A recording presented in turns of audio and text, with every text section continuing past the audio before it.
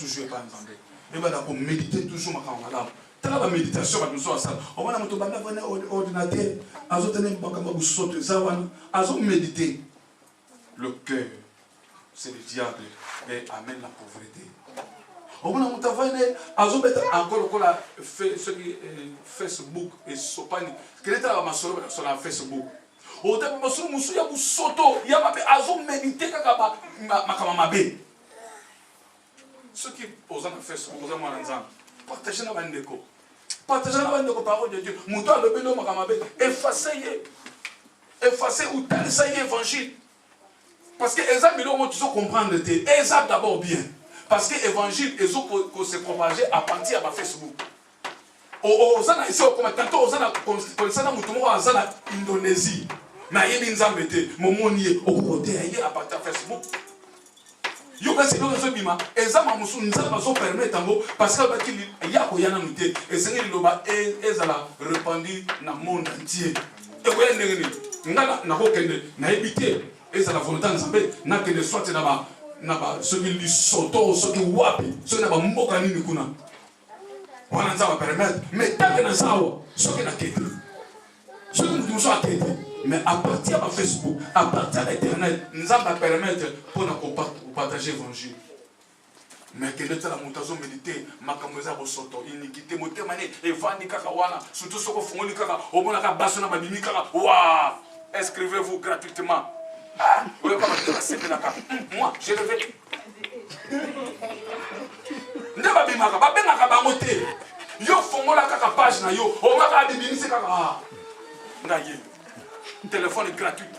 Nous sommes comme il téléphone direct aux yeux d'Amor. Vous savez que direct aux yeux, il sera là-bas. Mais direct aux yeux, Yemoko.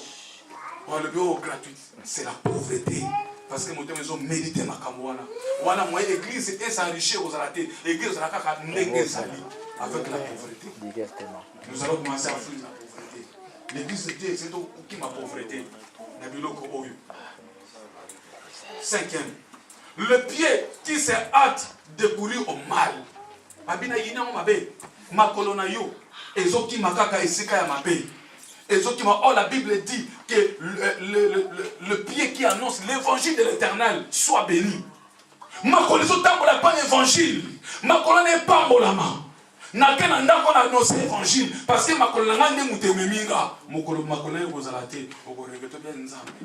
Tant nazaki na mo, tant zena makolo sala kini.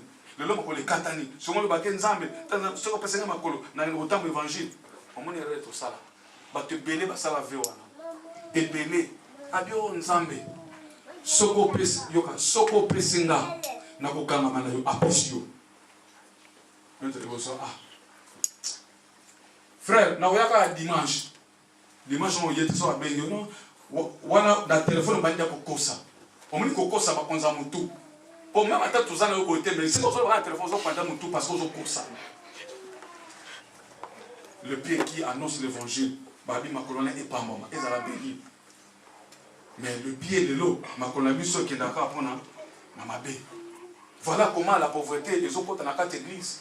Au moment où Banda au 89, tout dans 7 ans, ti de l'eau, aux arcs le même, au changeaka jamais, Rabbi ne change pas. Les chrétiens comme un rabbi ne change pas. Nous avons Nzambe ne change pas. Parce que on Nzambe naïe, Seigneur naïe, honneur naïe, mutumoko ta koko diminango. Loba amen. Mutumoko koko diminango jamais. Mais yo Nzamba bengi yo nanga to changer. To changer à du jour au jour. Ndenge ba mona kana 2012, on va travailler à prospérité, mais à 13, ezaka année à prospérité et Seigneur makambe ba ko changer. Ba mona ozali ba mona lobo comme ndenge mususu. C'est ça la différence. Mais aujourd'hui, les chrétiens, nous les chrétiens, tout ça,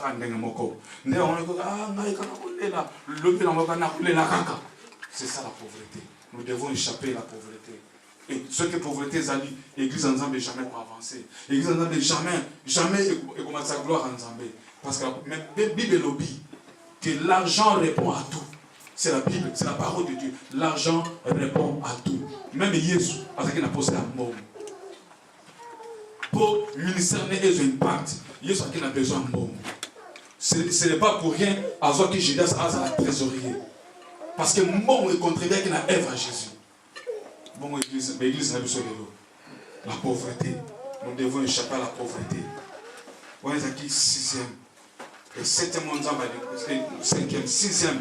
Le faux témoin qui dit des mensonges. Ça c'est 6e. Le faux témoin qui dit des mensonges. Et le kouta. Il y a un freiner bénédiction à Katana. Pour mutomoko akubomwa kozalate frère c'est osa maître ya vie na yo osa responsable ya vie na yo ndenge bato bamesana koloba lelo ke olesaka lopenga te olatisaka nga te soki nakete osala nini me yebaka nzambe motalatisaka nzambe motalesaka mais vérité est important na vie ya mwana nzambe. C'est pourquoi la Bible dit les vrais adorateurs adorons le Père en esprit et en vérité. Il y a l'église, tandis que tout ça va vrai croyant, tandis que tout ça va vrai adorateur. Mais oh que le kouta, c'est la pauvreté qui rentre dans l'église. Parce que dans le cas de tout ça la vérité. Il n'y a que des mensonges. Il n'y a que des mensonges. Quand il y a des mensonges dans l'église, c'est la pauvreté que nous obtenons comme elle. Tout ça, il y a toujours pauvreté dans l'église. Batoumaïba matezate. Batoumaïba s'épanouir à cause il y a un faux témoignage. Témoignage, et c'est tout un témoignage à malade, on va vivre la vie. Parce que ce qui nous envoie l'église, oyo kamate ou lelo, parce que l'église a changé vie. Le bas, amen. Et le 7e, on nous envoie l'Italobi. Et celui qui excite les querelles entre les frères. Bah, oyo baso ko exciter querelles, ko soana, ko bunda, matongi, ce sont des frères. Que nous sommes de frères et de sœurs. Habitant Moutaye ba Yesu. Oyo kuta ba maman, oyo kuta ba papa, oyo kuta ba leki, oyo kuta ba yaya, oyo kuta ba tunyo son. Une grande famille plus que ta propre famille. Amen. Parce que famille oyo, ceux qui n'ont pas de la sambe la raté, ba yebi nzambe te, yo yebi nzambe. Lelo ceux qui tomati na bokona nzambe, to kozalaka abiso, o mona papa na yote, o mona ndeko na yote. Parce qu'il y a ça va cater. Amen. Mais au contraire, nous biso ba frère, biso ba sœur, nous devons kotia embouteillage dans cette église. Nous devons comme matongi dans cette église. Nous devons soana le querelle. Oh que biloko wana, ezo mema olé même et pas na yo, mais ezo ko infecter église ensemble. Église ensemble ezo comme pauvre à cause de querelle. À cause de kosuana, à cause de koloba murmure. Yango nzambe azobeta bana Israël à cause de murmure, à cause de querelle. So comme on muto amemeli yo likambo, aye na likambo ko, aye po aswa lisayo, lo banzamba mona yo. Et dit ko ba teke komikiti ça, nde amoneli yo. Na moneli yo te parce que yo kokisi évangile ensemble. Amen. Amen. Le querelle, ce sont des frères et des sœurs. Et ça va vite pas païen, va vite frère. Or la Bible dit l'ennemi de ta vie, c'est ton propre frère. Ennemi n'a pas frère na yo. Or ce n'est pas le frère sanguiné, mais le frère en Christ. L'ennemi nous a un proverbe. Alors il dit que ennemi no mutalibanda, alors dit c'est frère, c'est ton frère. Donc le frère c'est dans l'église. Or il est tous na ba maman, tous na ba papa, tous na ba leki, baza ba frère na biso, baza ba maman na biso. Ndeta tous na ba moko, tant to yebi hiérarchie ndenge zali, to yebi ndenge loi de nes ndenge zali. Et tout le monde n'est pas dans l'église. Amen. Mais non, c'est parce qu'il y a un ensemble au Kambi. Il faut attendre la maman. Parce que dans le système, il y a un papa qui est molimo. Il faut que tout ça. Non. Il y a un peu de respect. Amen. Il y a un peu de respect. Tout ça, il y a bénédiction de l'église. Il y a un peu de respect. Maman, à tout ça qui m'a fait, mais t'as là les cambosables. T'as les cambosables. Les cambosables, maman, mais t'as là. C'est ça. Les obédients, les pommes de l'église. Sauvons-nous de la pauvreté, bien-aimés. Sauvons-nous de la pauvreté. Toyina yango, tala yina. Sauvons-nous de la pauvreté. Yaka to bon de la pona yo. Sobi pasteur, ngana za papa, na leka ke lokote. Angola, de comment pas moi ça. Aye na bi pasteur. Bobo de la pona nga. Na yebi ke za ba lien. N'a l'exact loko te ce que na moni faut kana zoam ateza mabe ce que na sima faut na zoam okaka eza mabe soko zande on a bien aimé ko yoka no sonité yaka to bobo de la pona yo parce que pour ça nga eza yo o avancé posa ngeza yo pambama tant nazomona nazobeta tolo na bitala bana arche de Dieu tala nzamba sali pona bango eza fierté pour la message ensemble tant que ma peau et pambola ba lobi nzambe ta partir le bal po ebikisa mais un non po est maudit non po est détruit mais po ebikisa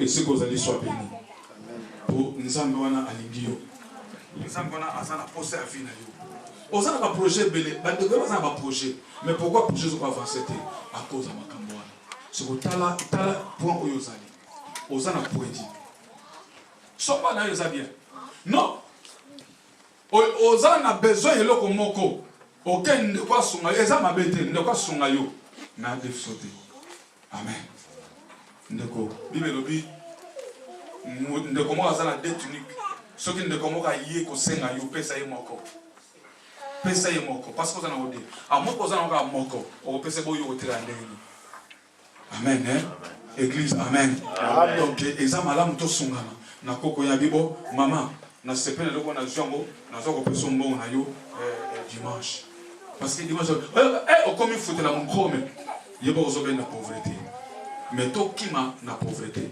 to échapper ezaba na lingi oyina yango yina makambo nyoso soki o se discipliner o mona nzamba ko sala kat na bongo na yo et puis même na ndako yo zali o zala sona ba retard ba facturité ndako moko kutana bi aïpsinga papa ngaya wa maite to kopotana ka ndemwana wana ko ba ivre chez papa na zana de na makamko na ivre chez il faut que ivre chez a biso you know inigro za biso inigro ba sopela biso abi wana il faut to zo za biso inigro kabi mais oui eza mabete pe bien parce que aujourd'hui on ici abi ma facture za na ngabi mais facture abi papa ba facture to yoka na kaka toko yoka na kaka mais yeba mundele ala na wisier on retourne au wisier inigro qui